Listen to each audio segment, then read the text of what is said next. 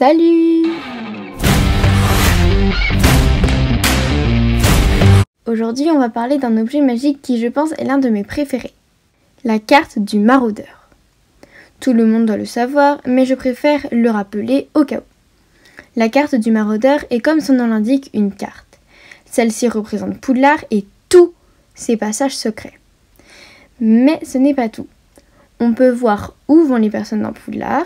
Ces personnes sont représentées par des pas avec le prénom et le nom de la personne.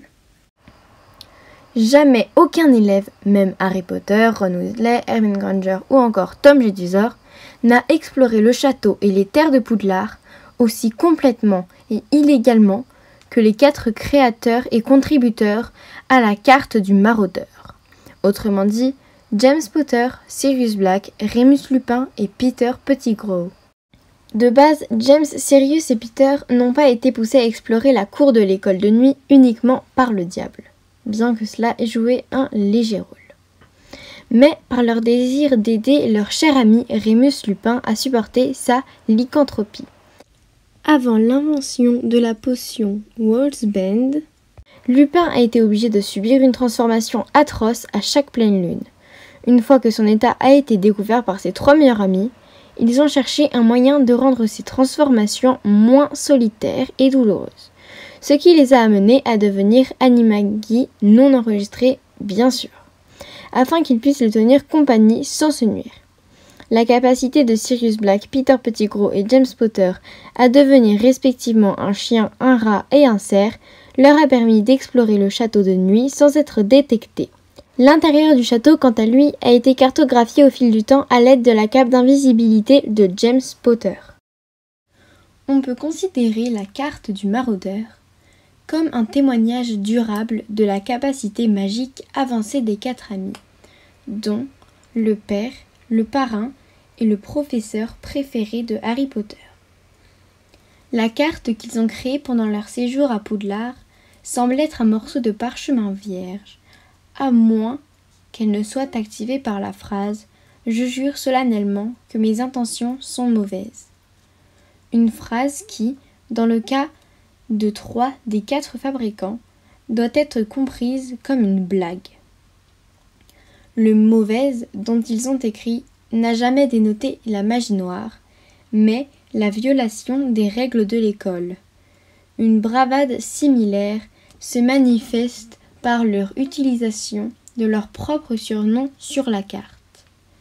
Messieurs Lunar, Queue de Verre, Patte Molle et Corne-Dru. La magie utilisée dans la création de la carte est avancée et impressionnante. Il comprend le charme homunculus, permettant au possesseur de la carte de suivre les mouvements de chaque personne dans le château. Et il a également été enchanté de repousser pour toujours, aussi insultant que possible, la curiosité de leur ennemi juré, Severus Rogue. Même si les circonstances précises entourant la perte de leur carte par les créateurs ne sont pas données dans les romans Harry Potter, il est facile de conclure qu'ils se sont finalement dépassés et se sont fait choper par Argus Rusard, probablement sur une information de Rogue, dont l'obsession qu'il était devenu d'exposer son grand rival, James Potter, à des actes répréhensibles.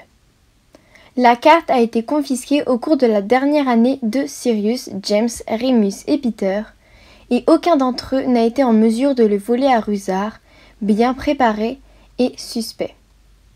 En tout cas, leurs priorités ont changé au cours de leurs derniers mois à l'école, devenant beaucoup plus sérieuses et concentrées sur le monde au-delà de Poudlard, où Lord Voldemort accédait avec succès au pouvoir.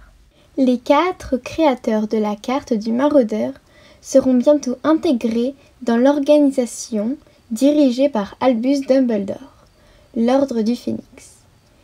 Et une carte de leur ancienne école, aussi ingénieuse soit-elle, ne leur sera plus utile que comme un morceau de nostalgie. La carte du maraudeur était cependant d'une immense utilité pour les jeunes jumeaux Weasley. L'histoire de l'acquisition par Fred et George de la carte est racontée dans Harry Potter et le prisonnier d'Azkaban.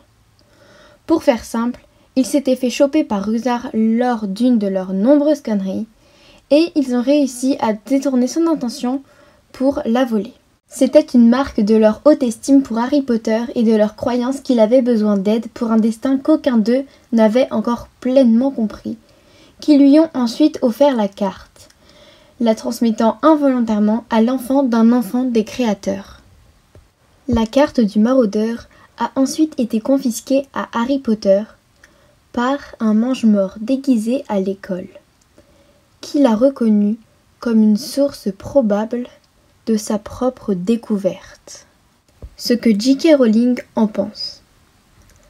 La carte du maraudeur est devenue par la suite une sorte de fléau pour elle, car elle accordait à Harry un peu trop de liberté d'information.